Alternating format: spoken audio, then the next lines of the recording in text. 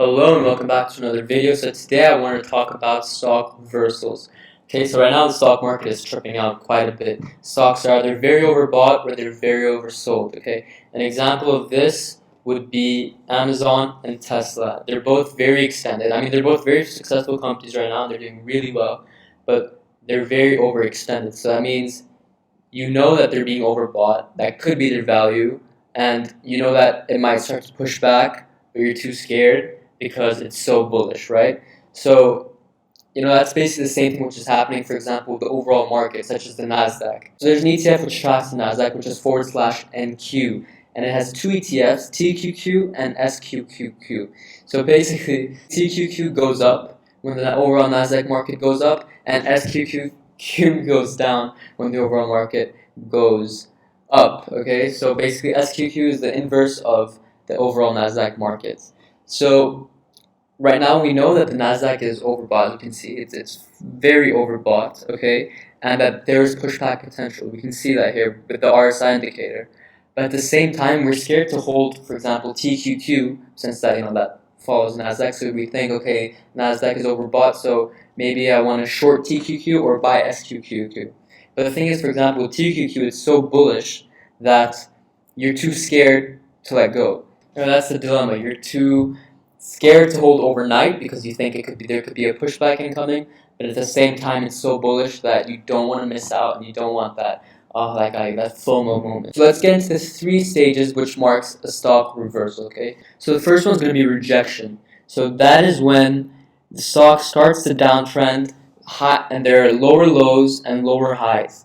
When that's the case and there's a lower trend, there's a downtrend occurring, and what's happening is rejection. Okay. And then the next stage is consolidation. So that's when you can see, like over here, the stock is consolidating. It's neither here nor it's there. So it's just consolidating a bit. And confirmation is when you can see the higher highs and the higher lows over here. So rejection, consolidation, and confirmation. So if you're long in a position, ideally, you'd want to get it on early here in the consolidation before it booms, but that's very risky. So a lot of people will wait for some form of confirmation, so higher highs or higher lows, and then take a position. The whole idea right now with TQQ and SQQ is that, like I said, the NASDAQ market is very strong, and it's very bullish, but at the same time it's overbought, so there could be a pushback incoming, but at the same time it's so bullish that you don't really know if you should go in or not.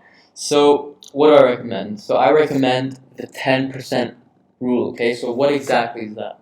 So basically, if this is the day market, so say I get into the 1 minute market, okay? So intraday, so in-day opportunities. I can take up 10% of my position size. I see the stock starting to consolidate, and this is in a 1 minute chart, 1 minute, 1 day chart.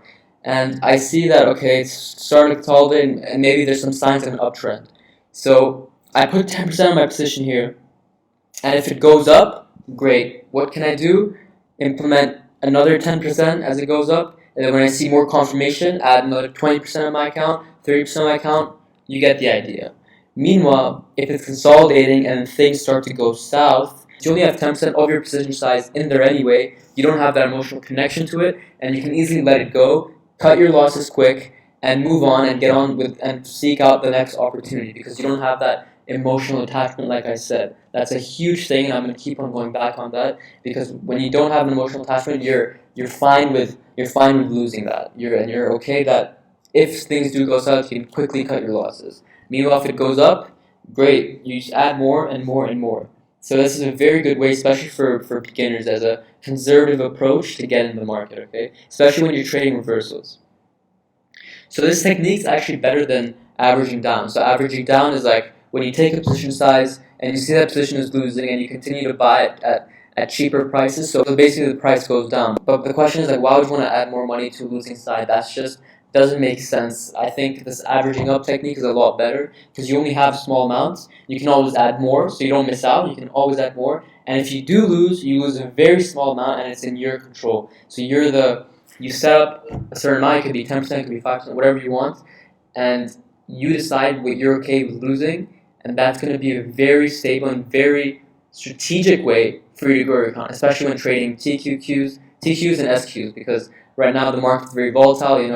We can see this, and it's very bullish at the same time. So there are a lot of opportunities out there, and it's for us to seek them out, and it's for us to make the most of them. Okay.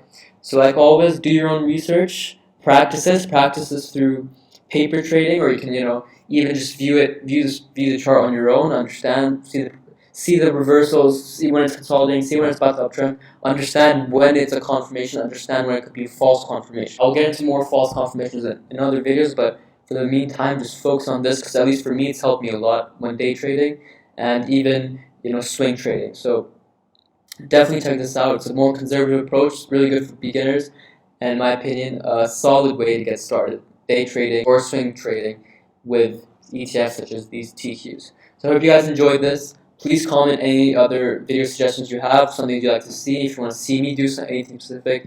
I hope I earned your like, and I will hope to see you all tomorrow.